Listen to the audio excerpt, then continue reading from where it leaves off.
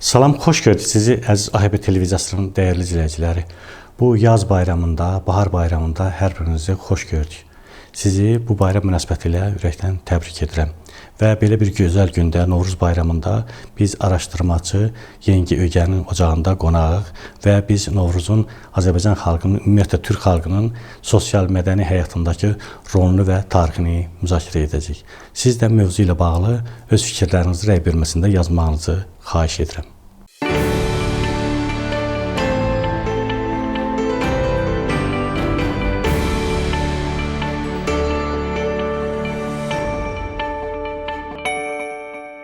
Yengi bəy, bu bayram günlərində bizi evinizdə ağırladığınız üçün sizə təşəkkür edirəm və sizi bayram münasibəti ilə təbrik edirəm. Əvvəl istəyirəm bunun adından başlayaq. Biz əvvəllər buna daha çox yaz bayramı, bahar bayramı adlandırırdıq. İndi son vaxtlar daha çox Novruz bayramı formasında qeyd olunur və Azərbaycan xalqı da bunu Novruz bayramı kimi qəbul edir. Mən istəyirəm bunun adından və tarixindən başlayaq. Bu bayramı tarixi haralara gedib çıxır, bunun Türk xalqlarının sosial-mədəni həyatında hansı rolu var Novruz bayramına bağlı? Çox xoş gəlmisiniz İlqar bəy. Mən də sizi və Azərbaycan xalqının, güneyin, quzeyin və Türk dünyasının yaz bayramı münasibətilə təbrik edirəm. Demək, bu bayramın kökəni Farslara aid deyil. Söz onlardan olsa da indi orta əsr dönəmində yayılıb bu əsasən bizim bölgələrə. Bunun kökəni Şumerə gedir, 5000 il qabağa aiddir. Və orada bu bayramın adı Akito gedirdi. Akito. Akito bayramı deməli 12 gün qeyd olunmuş və o 12 gün ərzində müxtəlif bunlar məbədləri, tanrılar zadı olan məbədlər qabağında, tapınıqlar qabağında mərasimlər keçiriblər. Və bu bayram demək olar Şumerdən sonra Akkadlar davam elətdiriblər, Babillər davam elətdiriblər, Aşurlar davam elətdiriblər və ta gəlibdir günümüzə qədər. Akitonu istəyərdim açarsınız. Akito nə deməkdir? Bir dəqiqə günümüzə qədər demək olar o bayram davam edibdir. Demək olar ki, bu bayram təqvim bayramıdır əslində. Təqvim bayramı kökəni, yəni mifologiya dayansa da Akito sözünün, ancaq bu təqvimlə əlaqədardır və Şumerlər ilk sivilizasiyadılar demək olar ki, bölgədə bu təqvimi sistemli formada qeyd ediblər və başlanğıcı da, ilin başlanğıcında günəşin hərəkətini nəzərə alaraq onların astronomları yaz bayramı, yəni indiki ilə bu günlər demək olar, mart ayı, Nisan ayı əvvəllərinə ilin başlanğıcı kimi və bu festival keçiriblər. Akito sözünə gələndə, Akito əslində bu şeyə aid deyil, bu daha dərin məsələdir mifologi baxımdan. Bizdə deməli inancımızın başlanğıcında Ak ana dayanır. Ak ana dayanır. Ak ana ulu ana sayılır bizdə və deməli bitki ilə əlaqəlidir, ağacla əlaqəlidir və qədim heykəllər ki yerdən çıxırlar filan. Onların hamısının üzərində, anaların üzərində bitki vardı. Yəni məsələn bu arpaya oxşayan bir şəkillər var ya, bitki vardı, ağac vardı.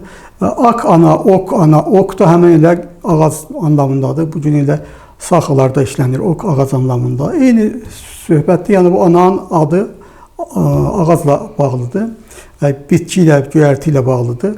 Və burada da yəni o Şumerdə də ak sözü əsasən alimlərin dediyi kimi arpaya deymişlər bunlar. İlk öncə arpaya ak deymişlər. Ak deymişlər və hətta bu göyərti də ki vardı, deməli onun simvolu sayılır. Ağananın simvolu sayılır. Bəli, simvolu sayılır və bu gün də davam edir bizdə də və o zaman da çox ehtimal bunu gözərdi demişlər. Və ito nədir? İto su deməkdir. Qədim bölgənin dilində, Türk dilində və Şumerdə demək olar bir çay deməkdir, böyük çay deməkdir. Çünki onların dillərində məsələn Dizlə çayını deyəndə idi İqnə idi, yəni bir dənə onu bəlirləyici kimi, determination kimi demək idi işlənilmiş çayların əvvəlində filan. Bu söz hətta Misirdə də belədir. Nil çayı ki, ən böyük çaydır o ərazilərdə, Afrikada. Onu da deymiş İtero deymişlər. Və bizdə də bilirsiniz, İtil çayı adı vardı. Bəli. Bəli, o yəni iti o su deməkdir, böyük çay deməkdir anlamında gəlibdir. Və bu ana ilə yəni bizdə bilirsiniz ki, ana ak ana belədir ki, Türk mifologiyasında yaradılış əfsanəsi belə başlayır. Mifi belə başlayır ki, hər yer suyudur və ak ana sudan çıxdı və Qaraxana dedi yarat. Yəni əmri verən ak anadır. Yəni birinci kutsal varlıq kimin götürsək biz, ak ana gəlir bizdə və sudan çıxır. Yəni bu sudan çıxması hətta bu Orta Asiyada bəzən heykəllər çıxır yerdən ki, sudan çıxma bir ananın forması adı vardı. Yəni o göstərir ki, sudan çıxır. Yengi bəy, o bayaq dediniz ki, Şumer bu bayramın kökü gedib Şumerlərə çıxır. O məbədlərdə bu ayinlər eynirdilər. Bu Şumerlərə görə mifik bir dünya görüşüdür, yoxsa dini bir dünya görüşü kimi qəbul edilməliyik bunları?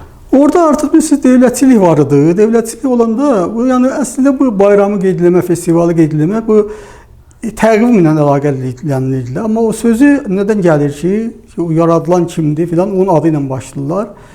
Və o sonra məsələlər də çıxır ortaya ki, bu ananın göy aləmində hakimiyyəti söhbəti gedir və əsas ona görə götürülür. Ona söhbət eləyirik davamında, söhbətimizin davamında. Yəni o da orada dövlətçilik vardı. Dövlətçilik başlıyor orada. Sistem var orada. Məbədlər vardı. Yəni bizdə bilirsiniz ki, Türk dünyasında, Türk xalqlarında belə bir sistemli din olmayıbdı. Bizdə gök tanrıya inanmışıq və bir kasta kimin formalaşmayıb bu kahinlər zətləri filan. Bunların gücləri olsun ya onların özlərinin sahələri olsun filan. Bizdə başqadır, bunlarda başqadır. Yəni burada artıq çox sistemli və bürokratik bir vəziyyət alınıbdır din. Ona görə bunlar kahinlər, şahlar əsasən onlar keçirilmişlər və xalqı da kütlə ilə birlikdə. Belə bir məsələdir. Amma bax bu yaz bayramı dediyimiz Novruz bayramı ərəfəsində bizim indi bütün türk xalqları bunu qeyd edir. Bu türk xalqlarının içərisində bunu Xıdır İlyas, Xıdır peyğəmbərlə bağlayanlar da var. Mən xatırlayıram ki, biz tərəflərdə pəncərənin qabağına yumurtanı qoyardılar, qara, qırmızı qələm qoyardılar ki, o Xızır peyğəmbər o gələcək taleyini onu müəyyənləşdirib gəlib ona işarə qoyacaq. Yəni Xızırı gözləmək də var idi. Bu bayaq Şumerlərdə bağladığımız bunlar türklər onu hansı formada götürdülər? Yəni bir sonra dini inanc sistemində onu dinləşdirmədilər, yoxsa onu sadəcə olaraq sosial həyatlarında bir bayrama çevirdilər? Siz nədir? Bu indi siz Xızırı gətirirsiniz ortaya. Bizdə yaradılışda ilk öncə ana gedir. Ulu ana gedir və ana əsasən hakimiyyət yaradan üçün elə o təbii bir şeydir. İlkin insanlar da bunu götürmüşlər ki, bütün indi arxeoloji qazıntılardan 40 min il qabaqdan bizə ana heykəlləri çıxıb müxtəlif bölgələrdə. Yəni bu bəşəriyyətin, yəni təhbizlərin yox, bəşəriyyətin ana xəttidir, inancın ana xəttidir ki, kimsə bunları yaradıbdır, kimsə bunları doğubdur, təbiəti doğub insanları yaradıb. Bir də ulu anaya inanırmışlar. İndi onun yeri hardadır? O göydə yerləşir. Yəni belə göydə yerləşir və hətta məkanların miflərində məkanların deyir ki, hardadır? Təsvir edilir onların ki, o məsələn indi beş deyirsə, cənnət deyir də indi bu İslam şeyində. Amma orada da yəni o bir şeyə inanırmışlar ki, o oradadır, bir də sarayda yaşayır. Yəni bir cənnət formasında bir yerdə yaşayır ana. Və hətta bu insanlar ölüb öləndən sonra hətta ruhları da köçüb gedir ora. Belə bir inancılar vardı, yəni köhnə inancılar vardı. Bu Xızır məsələsi demək olar ki, bu İslamiyyət gələndən sonra bu əsasən qadınlıq kutsallığı deməli itirir.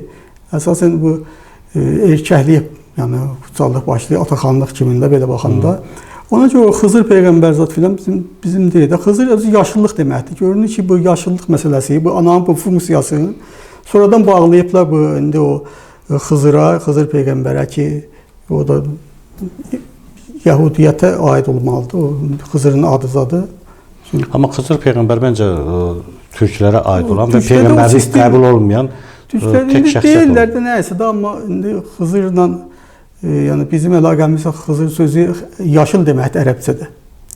Yəni bu bizdə peyğəmbərlik sistemi yoxdur ki, o formada biz deyək ki, bizdə bax bu Novruz bayramı Şumerlərdən gəlirdisə, bugünkü atributlar var. Novruzun atributları var. Biz çərşənbələrini qeyd edirik. Bax səməninin özüdür, kosadır, keçəldir. Hansı ki atributları qeyd edirik. Biz bilə bilirikmi bunlar sonra bunların hamısı Şumer dövründə olubmu? Sonra ya bunların hansınızsa türk xalqları özləri mi əlavə edilib? Bunları bilə bilirikmi?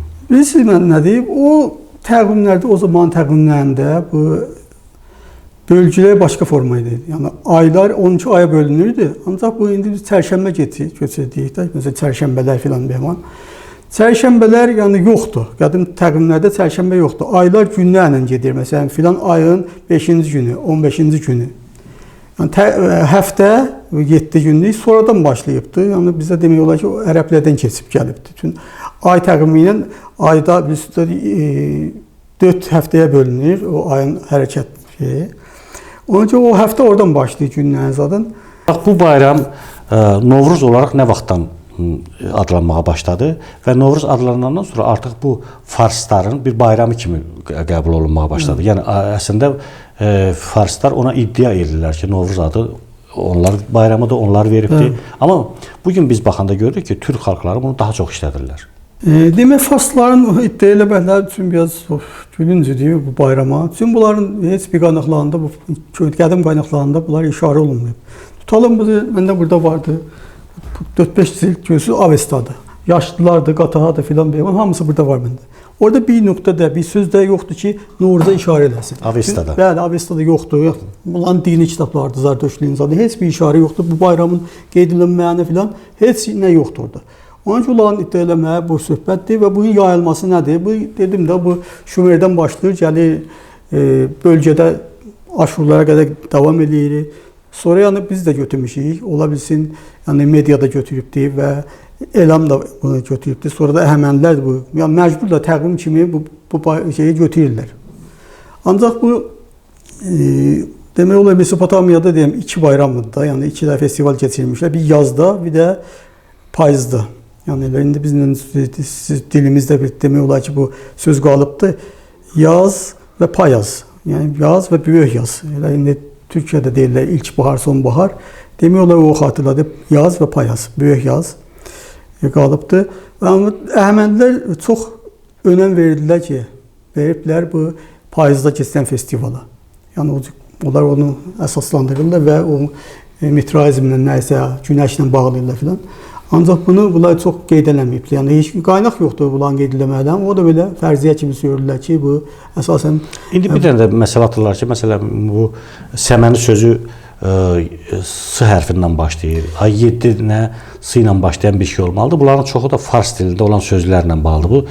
Bu ehtimal olunurmu ki, əslində bunu farslar uydurub daha çox? Yox, biz nədir qoy mən lap kökündən deyək də. İndi bu bayram gəlib necə olub, gedib yayılıb bu formada Türk dünyasına. Bu bayram devam edilmiş bölgədə, yəni Ön Asiyada devam edilmiş. Şumerdən başlayıb Aşurlar, sonra da yəni devam edibdi. Əhəməni, Media Əhəməni, sonra Seleviklərdir, sonra bölgəyə əsasən buradan başlayıb. Bölgəyə Arşaklar gələndən sonra, Orta Asiyadan Arşaklar gəldi bölgəyə və Tisfun şəhərin paytaxtlarında da, ya demək olar bu Mesopotamiyada da, Bəğdadın yaxınlığında. Bu bölgədən bu bayramı, yəni bu təqvimi götürdülər, bu festivalı götürdülər, təqvim festivalını götürdülər və öz ərazi imperiya boyunca yaydılar bunu. Yayında yəni olan indi xəritəsinə baxsan olan imperiyası təxminən Orta Asiyadan başlayır, ta gəlir elə bu Ön Asiyaya qədər devam edir. Böyük bir ərazidir. İndi Orta Asiyada indi Qırğızistan başlayır, Qazaxıstan başlayır, nə bilim Tacik, Afgan, belə bu ərazidə görürsə ümumi bir şeydir, yəni heç bir xalqa aid deyil. Bu belə devam edir, təqvim kimi devam edir festival kimi. Sonralar indi Sasanlar da gəliblər, onlar da bilmirəm, heç bir qaynaq yoxdur ki, onlar qeyd eləmək üçün. Onların təqvimləri başqa idi. Bunlar hər şah taxta çıxdan kimi təqvimi təzədən başlaymışlar, həmən şahla başlaymışlar. Hangi gün çıxdı taxta, o il oradan götürmüşlər. Onlar da mən qeyd eləmələrini bilmirəm, amma bir təqvim varmış orada, təqvim var idi. Qeyd eləmələrini bilmirəm ki, bu indi həqiqətən bu heç bir qaynaq yoxdur ortada. Amma bu devam edir, gəlir axırda bu Səlcuqlu dönəmində əsasən bu bayram Novruz adında yaygınlaşıb. Bu da nədən ibarətdir? O zaman o bilirsiniz Hicr qəməri İslam təqvimi işlənirdi. O da ki dövlətçilik yaramır əslində da. Çünki vergilər azad yığmaq üçün filan o hərəkət edir o təqvim. Yəni ildə 10 gün gedir arxaya. Onunla da işləmək olmaz, dövlətçiliyi idarə eləmək olmaz. Bu əmr edir ki, o zaman tanınmış astronomlar da, xüsusən məsələn Xəyyamızda da əmr edir ki, bir dənə təqvim yaradın. Bir dənə təqvim yaradın ki, ilin başlanğıcı olsun və sabit qalsın. O da günəş təqviminin əsasında, yəni bu bürclərin əsasında ki, Oğlaq bürcündən başlayır günəşin o şeyi. Oradan bir dənə təqvim yaradılır, dəqiq təqvim yaradılır ki, daha yəni kökün qoyulur. Təqvimi Cəlal deyirlər. O üçün Cəlaləddövlə Məlikşahın əmri ilə yaranmışdır. Adın qoyulur təqvimi Cəlali. Və ilin başlanğıcı, yəni təqvimin başlanğıcı və ilin başlanğıcını götürürlər bu indiki Novruz bayramında. Martın 21-dən. Əlbəttə martın 21-dən başlayırlar ki, o elə dəqiq hesabatla gedir o zaman. Və ondan başda Novruz, onlar üçün Fas bölgəsində Faslar hazırlanmışdı. Onlar əsasən bilirsiniz ki, divan dili kimin Fas dilindən çox istifadə etmişdi divan şeyində, idarə etmədə. Və o ətrafındakı o Xəyyam gezi hamısı da Faslar olublar. Bunun adı Novruzla götürüblər də, yəni ilin başlanğıcı Novruzla götürüblər. Bu Novruz təqvim kimin demək olar ki, o Səlcuq dönəmi yayılıbdır. Səlcuq dönəmi əslən bütün o Səlcuq imperiyasının ərazisindən yayılıb və Novruz qalıb. Yəni onlar o zamandan başlayır demək olar. Sonra məsələn görüb Elxan dönəmində qaynaqlarda var ki, bu günə deyirlər gün yengilənmiş. Yəni gün təzələnmiş, həmin də Novruz deməkdir. Yəni bu da işlənibdir. İndi nə qədər işləyib, nə qədər davam edibdir bilmirəm. İndi vardı, yəni qaynaqlarda var, gün yengilənmiş sözü vardı. Təbrizdə deyir o Qazan xan nəsə əmri ilə gün yengilənmiş, nəsə belə bir söhbətlər vardı. Yəni söhbət olur, bu adı olanla əlaqəlidir. Yəni dediniz bəs Avestada da yoxdur mu? Avestada yoxdur. Amma Zərtüştlük ilə bağlamaq istəyənlər də var bunu. Yəni o da Zərtüştdən ola bilməz ki, Avestada yoxdursa, Zərtüşt şey özü əfsanədir, hardan başlayır, hara bitir, o heç biz bilmirik o hardan yaranıb bu söhbətdə. Zərtüşt vardı, yoxdur. Nəsə indi təfəkkürlər başlayır demək olar bu Ahura Məzda məsələsi, o da ki, bilirsiniz Əhəmənin dönəmində qaynaqlarında ilk dəfə gəlibdi. Ondan qabaq da bir yerdə yoxdur ki, bu inancı olsun. Və bunlar da çox ehtimal, yəni indi böyüdürlər bunları. İndi Fas şovinistləri vardı. Bu hakimiyyətdən qorumaq üçün, hətta bu çox belə pis xəstəlik bir formasındadır Fas şovinistlərinin düşüncələri. Bunlar hər şeyi elə bu başqa millətləri yəni yox saymaq istəyirlər. O ərazidə, coğrafiyada indiki yəni indiki İran coğrafiyasında başqa xalqları yox saymaq istəyirlər. Bir dənə özlərinin təfəkkürü uydurublar İran şəhəri, yəni İran mədəniyyəti əsas götürülür və bu bizim xalqlar heç biri saymır. Türklər sayılmır, orada ərəblər var sayılmır. Başqa xalqlar saymaq istəmirlər. Və orada bir İran dilli xalqlar var, onlar özlərindən sayırlar. Kürdlər, Delorlardır filan, özlərindən sayırlar. Onlar çox hücum çəkmirlər. Əsas bunların düşmanları Türklərdir, bir də ərəblərdir. Yəni əsas. Demək olar ki, bir xəstəlik formasına alıb. Çünki onların alimləri var, düşünürlər, elə düşünürlər ki, yəni bir adam deyir, bunlar xəstədir ya, məsələn, bəzən də elə özlərini aparırlar ki, lompen kimi aparırlar, olan ziyalıları vardı. İran şəhəri ziyalılar. Hətta söyüşlə də belə davranırlar bəzən bu başqa xalqlara, yəni bu coğrafiyada olan xalqlara. Hətta bu bilirsiniz ki, bir dənə bunların o qədər bunlar dar gözdülər filan. Hətta bir məktəb də imkan vermirlər ki, həftədə bir 2 saat məsələn məktəblər olsun ki, başqa xalqların o dillərində. Yəni o cür dar təfəkkürlə malikdirlər. Və bilirsiniz ki, bu düşüncə və bu əsas götürürlər. Nədən? Əsas bilirsiniz ki, bu bir imperialisti bir təfəkkürdür. Yəni Avropalılar, İngilislər zətdə əsasən bunun kökünü qoyublar. O da ondan ibarətdir ki, bu bilirsiniz ki, İran o ərazidə 1000 il boyu, İslamdan sonra demək olar, əsas 1000 il boyu hakimiyyətdə türklərin əlində olubdur. Və bunlar bu türklüyü qırmaq üçün axırda bilirsiniz, gəlirlər Qacar dönəmində bir çevriliş edirlər. Bir dənə demək quldur deyək də ona, quldur savasız hərbisini gətirirlər iş başına, şah edirlər. Və bu şah da türklükdən qurtardı, Qacar dönəmində də türklükdən qurtarır və keçirlər bu Fas hakimiyyəti başlayır demək olar. Bu da bir böyük İngilislərin siyasətidir də. Yəni bu Türkiyə ilə Orta Asiyanın arasında bir zənciri qırsınlar. Bu Novruz bayramının bax siyasiləşdirilməyinin bəzi hallarda biz nümunələrini də görmüşük. Məsələn, bu gün Türkiyədə bu bayram böyük qeyd olunmur. Geniş şəkildə qeyd olunmur. Niyə qeyd olunmur? Çünki bu bir dönəmdə bunu Kürdlərin daha çox təxribat törətmək bir bayramı kimi verildi və Türk xalqı özü istəyərək bu bayramından imtina eləmiş oldu. İndi İranda da bu cür cəhdlər olubdur. Hətta biz nə görürük? İslamiyyət qəbul olandan sonra da indi bizim dini bayramlar da əmələ gəldi. Bayaq da danışdıq ki, əslində bayram deyəndə hər zaman biz bu Yeni il bayramını, Novruz bayramını, bax bu yaz bayramını nəzərdə tutmuşuq. Hətta dini bayramlar belə bu bayramı sıxışdıra bilmədi. Bugün biz uşaqlarımıza od qalamağı qadağan eləmək istəsək də, o çəşinlərin hamısında onlar mütləq gedirlər onu. İçdən gələn bir bayramdır əslində, onu qeyd edilir. Amma bütün bunlarla bərabər bugün UNESCO-da bu bayramın özünün qəbul olunması şəkli var. Məsələn, dünyanın qəbul elədiyi bir şey var. Burada Azərbaycanla bağlı bir neçə ölkələr var. Bu İran da bunun içərisindədir.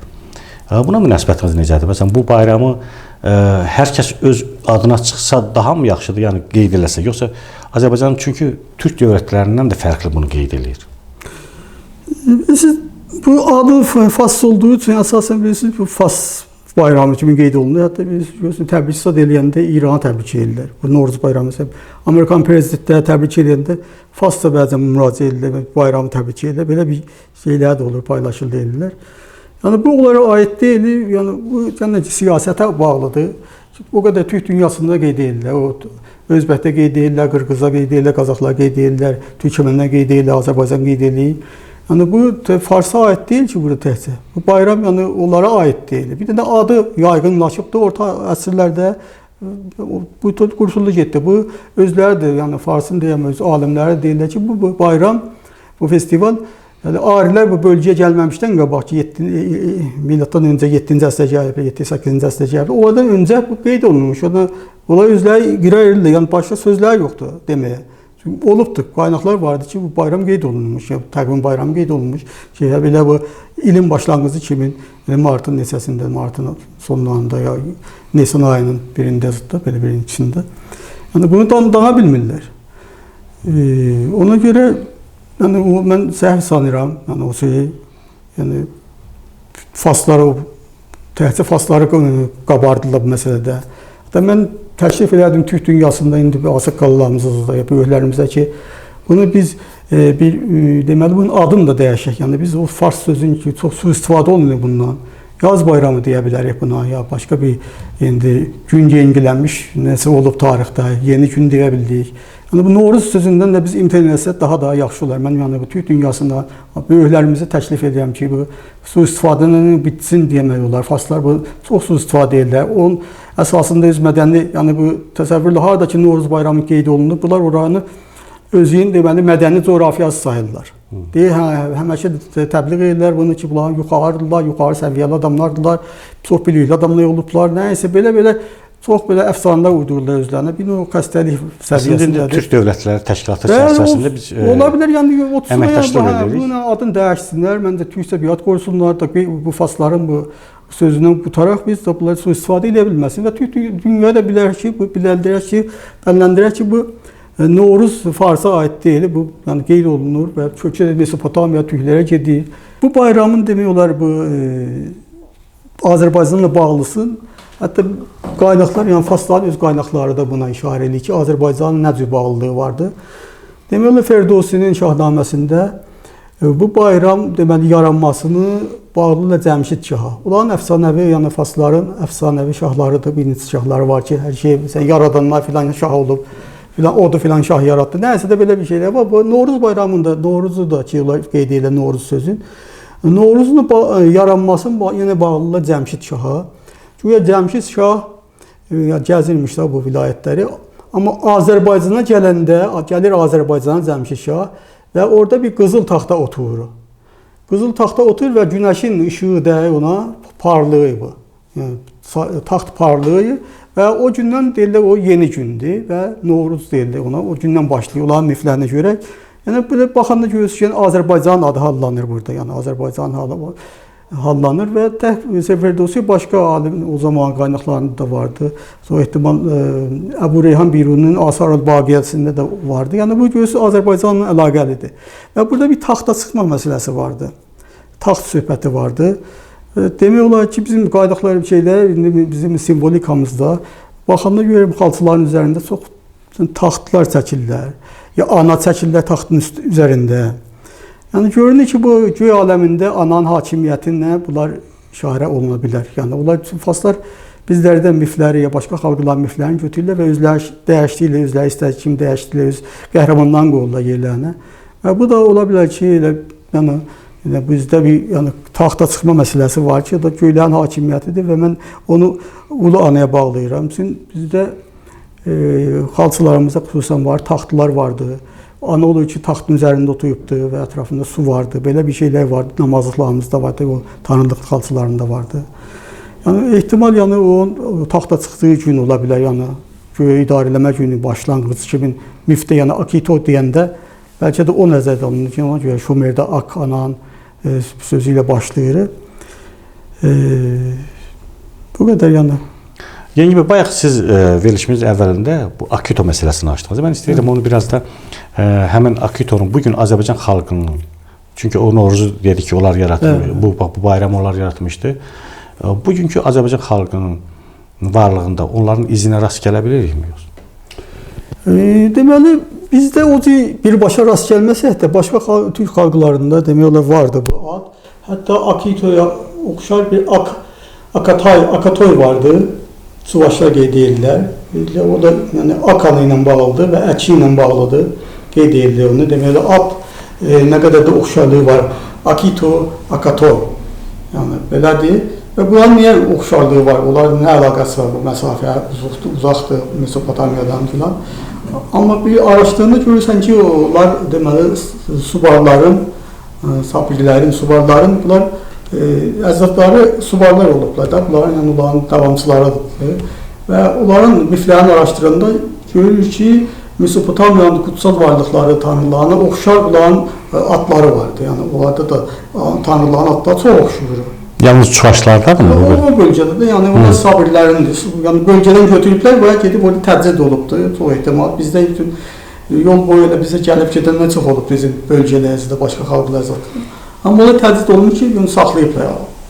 O adı saxlayıblar, Akatoy deyirlər, yəni Akana ilə, Əki ilə bağlı filan. Şimdi Əkin necə Akana ilə bağlıyım məsələn. Hətta biz Əkin deyəndə əkərə söz işlədiyi, əkmək söz işlədiyi ki, buğda ilə birbaşa əlaqəlidir. Yəni hamısı ana və kutsal niyə sahib biz çörək zadı, əkmək zadı.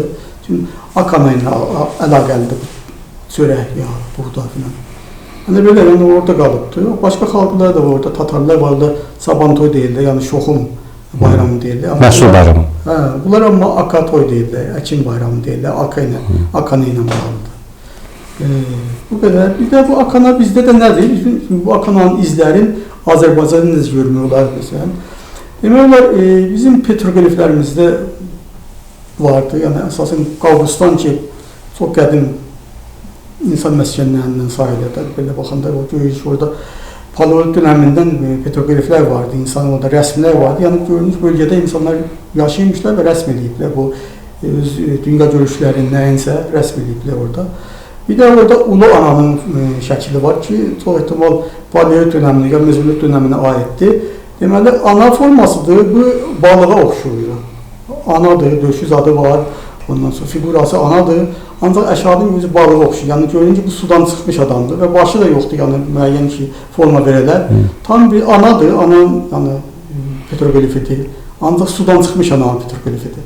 Ən qədim izi demək olar ki, o da təxminən Paleolit dönəmində olsa bir 20 min qabaq, 19 min qabağa aiddir. Demək o rəsmi. Bu qədər yəni görünür ki, bizdə yəni inanc daha da qədim forması yəni bizdə vardı. İndi Avropada da vardı. Avropada çox heykəllər çıxır, mağaralarda olan heykəllər var. Ancaq bu ananın forması sudan çıxmış ana. Bəs bizim o paxlavalarımızın bugün olan quruluşu da ola bilir ki, onu xatırlada bilir. Bu paxlavanın quruluşu demək olar ki, damğadır beni. Adı o bizdə oxunur, hətta səslənir bizim yazı damğalarımızda.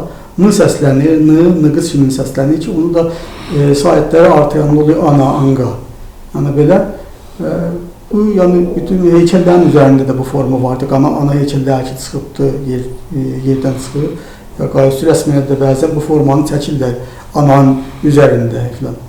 Ona görə bu da daha, yəni biz daşıyırıq demək olar keçmişimizi və hətta astral şiiriyyatımız baxdığınız astral formadadır. Anadır, yəni o göydə ana ulduzu, yəni ananın ulduzun simvolizə edir. Mən təşəkkür edirəm bir daha və sizin bu yaz bayramınızda bir daha təbrik edirəm. Çox sağ olasınız, təşəkkür edirəm.